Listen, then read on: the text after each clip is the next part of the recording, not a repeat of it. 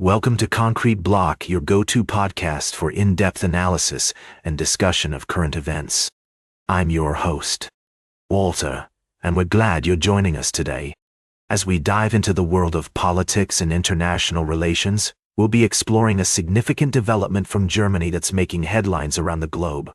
Germany's Chancellor-designate, Friedrich Merz, has announced his picks for key cabinet positions, including a new foreign minister, who is expected to play a crucial role in shaping the country's stance on Ukraine. Johann Wadephul, a conservative MP and former soldier, will take the helm as foreign minister, and his pro-Kiev views are likely to influence Germany's continued support for Ukraine in the face of Russian aggression. Merz has pledged to make staunch support for Ukraine a cornerstone of his government's foreign policy, emphasizing that Germany will remain committed to democracy and the rule of law. This stance is significant, given the domestic debate in Germany about the country's role in Ukraine and the potential risks of escalation. It's worth noting that Merz's announcement comes at a time when the far-right Alternative for Deutschland party has been gaining traction in polls, partly by exploiting concerns about immigration and national security. Merz has vowed to tackle irregular immigration and reduce the AfD's influence, which he believes has been fueled by people's fears and insecurities. In addition to Wadeful's appointment, Merz has also named Carsten Wildberger, the CEO of Seconomy, to lead a new ministry for digitalization and modernization of the state. This move is seen as an effort to boost Germany's economy and infrastructure, which have been struggling in recent years.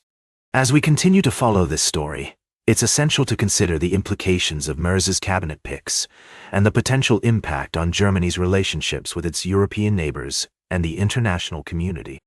We'll be keeping a close eye on developments and providing you with balanced analysis and insights. We'll be right back with more of today's top news on Concrete Block. Welcome back to Concrete Block. We're glad you're still with us as we dive into our second story of the day.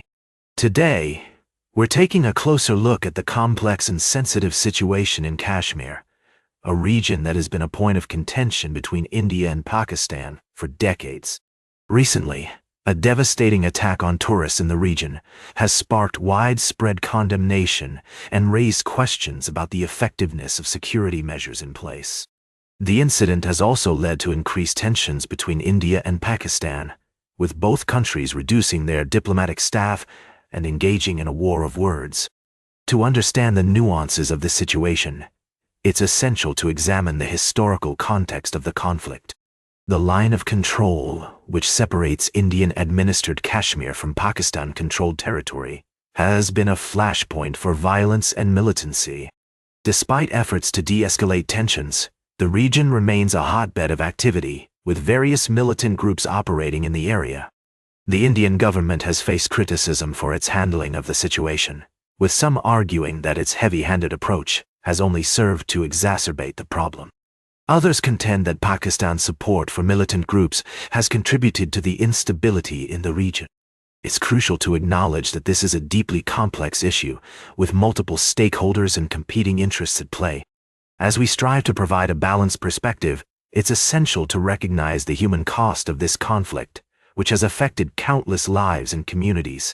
In recent years, India has attempted to bolster its security presence in the region, but the latest attack raises questions about the effectiveness of these measures. The Indian government must now confront the challenge of strengthening its defenses while also addressing the underlying issues that have contributed to the militancy in the first place. As we continue to follow this story, it's clear that a peaceful resolution will require a concerted effort from all parties involved. It's a delicate and challenging situation, but one that demands our attention and understanding. We'll be keeping a close eye on developments in Kashmir and providing updates as more information becomes available. For now, we want to hear from you. What do you think is the key to resolving this complex conflict? Share your thoughts with us on social media using the hashtag #ConcreteBlock. Stay tuned for our final story of the day, right here on Concrete Block. Welcome back to Concrete Block. I'm your host, Walter. We're wrapping up today's show with a discussion on recent developments in immigration policy. The UK government has announced plans to amend the Asylum and Immigration Bill, which would allow for the exclusion of foreign nationals who have committed sex offences from refugee protections.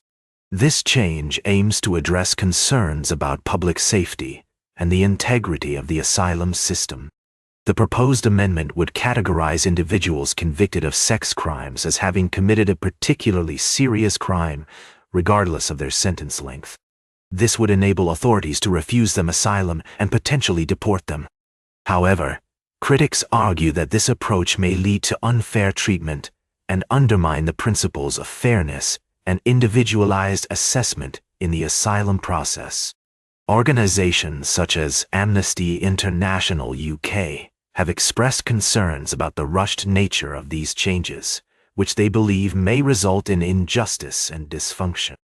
They argue that excluding individuals from refugee protections without a thorough evaluation could condemn people to live in limbo, unable to move forward with their lives. On the other hand, some supporters of the amendment see it as a necessary measure to protect public safety and maintain trust in the asylum system.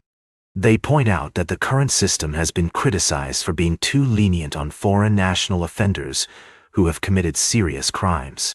It's essential to consider multiple perspectives on this issue, weighing the need to ensure public safety against the importance of upholding human rights and providing a fair hearing for all individuals seeking asylum. As the debate continues, it's crucial to prioritize a balanced and informed discussion, taking into account the complexities and nuances of immigration policy. That's all for today's Concrete Block. Remember to like, share, and subscribe. And until next time, stay informed.